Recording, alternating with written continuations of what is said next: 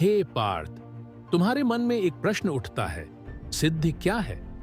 क्या यह केवल कुछ विशेष अनुभव या शक्ति है जो एक व्यक्ति को अन्य लोगों से अलग बना देती है? मैं तुम्हें बताता हूं कि सिद्धि केवल बाहरी शक्तियों का प्रदर्शन नहीं है, बल्कि यह एक आंतरिक अवस्था है जो सत्य, ज्ञान और आत्मसमर्पण से उत्पन्न होती है। देखो, संसार में हर व्यक्ति किसी न किसी रूप में सिद्धि की खोज में रहता है, लेकिन सच्ची सिद्धि केवल उन्हीं को प्राप्त होती है जो निरंतर अभ्यास, एकाग्रता और आत्मनिरीक्षण के द्वारा अपने भीतर के सत्य को पहचानते हैं। तुम्हारी भक्ति, तुम्हारा योग, तुम्हारा कर्म, यह सब सिद्धि की ओर एक कदम और बढ़ाने वाले मार्ग हैं। मैं तुम्हारी सभी भौतिक और आत्मिक आवश्यकताओं को पूरा करने का जिम्मा स्वयं लेता हूं। तुम चाहे जैसा कर्म करो, यदि वह कर्म सत्य के मार्ग पर है तो वह सिद्धि की ओर अग्रसर करेगा। लेकिन ध्यान रहे, सिद्धि का वास्तविक मापदंड तुम्हारे भीतर की शांति है, तुम्हारा संतुलन है। यह कोई बाहरी पहचान नहीं, बल्कि एक आंतरिक अनुभूति है।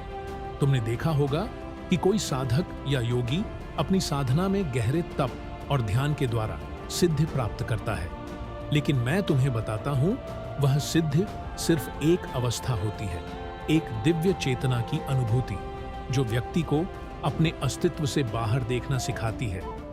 जब तुम अपने भीतर के सत्य को पहचानने लगते हो, तब तुम्हारी आत्मा में एक ऐसी शक्ति का संचार होता है जो तुम्हें हर परिस्थिति में सही निर्णय लेने की क्षमता प्रदान करती है। यही सिद्धि का असली रूप है। तुमने मुझसे पहले पूछा था कि कर्म का क्या महत्व है। कर्म वही है जो तुम्हारे भीतर सिद्धि की नींव रखता है। कर्म के बिना कोई भी सिद्धि संभव नहीं है। जो व्यक्ति बिना किसी अपेक्षा के अपने कर्तव्यों को निभाता है, वही सच्चा योगी होता है। यदि तुम इस सिद्धि को प्राप्त करना चाहते हो, तो अपने कर्मों को भक्ति और निष्ठा से करो। सिद्धि का मतलब केवल आत्म साक्षात्कार नहीं है, बल्कि यह भी है कि तुम अपने कार्यों में परम सत्य को पहचान सको।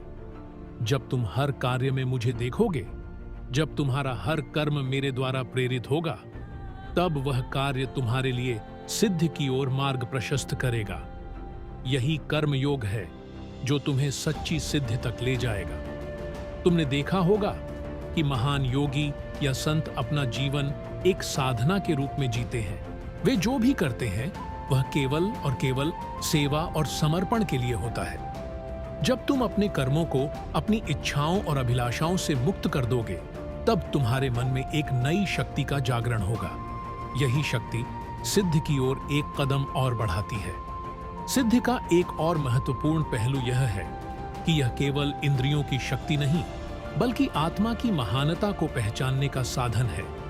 जब तुम अपने भीतर के आत्मज्ञान को समझोगे, तब तुम्हारे भीतर की सारी शक्तियां प्रकट होंगी। यही असली सिद्धि है। जब तुम खुद को पहचान सको और जीवन के हर क्षेत्र में उसका साक्षात्कार कर सको।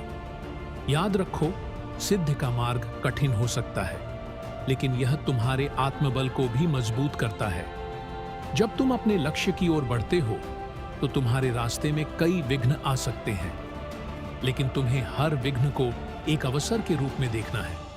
जैसे शेर को जंगल में सबसे कठिन रास्तों से गुजरने के बावजूद अपनी ताकत पर विश्वास रहता है, वैसे ही तुम्हें भी अपने कर्मों पर विश्वास रखना है।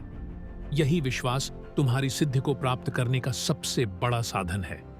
सिद्धि का यह मार्ग आसान नहीं होता, लेकिन यह तुम्हारे आत्मबल और साहस को बढ़ाता है।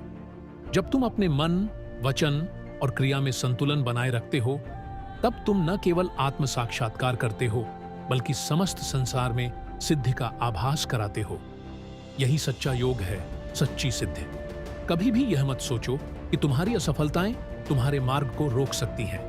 असफलता केवल एक अध्याय है, लेकिन जब तुम निरंतर प्रयास करते हो, तो तुम अंततः सफलता की ओर बढ़ते हो। यही है सिद्धि की सच्ची परिभाषा, निरंतरता, धैर्य और आत्मविश्वास। तुम्हारे लिए यही मार्ग है अर्जुन। तुम जब तक अपने कर्मों में सच्ची निष्ठा और भक्ति से लगे रहोगे, तब तक सिद्धि तुम्हारे पास स्वयं आएगी। यही सत्य है, यही योग है और यही सिद्धि है।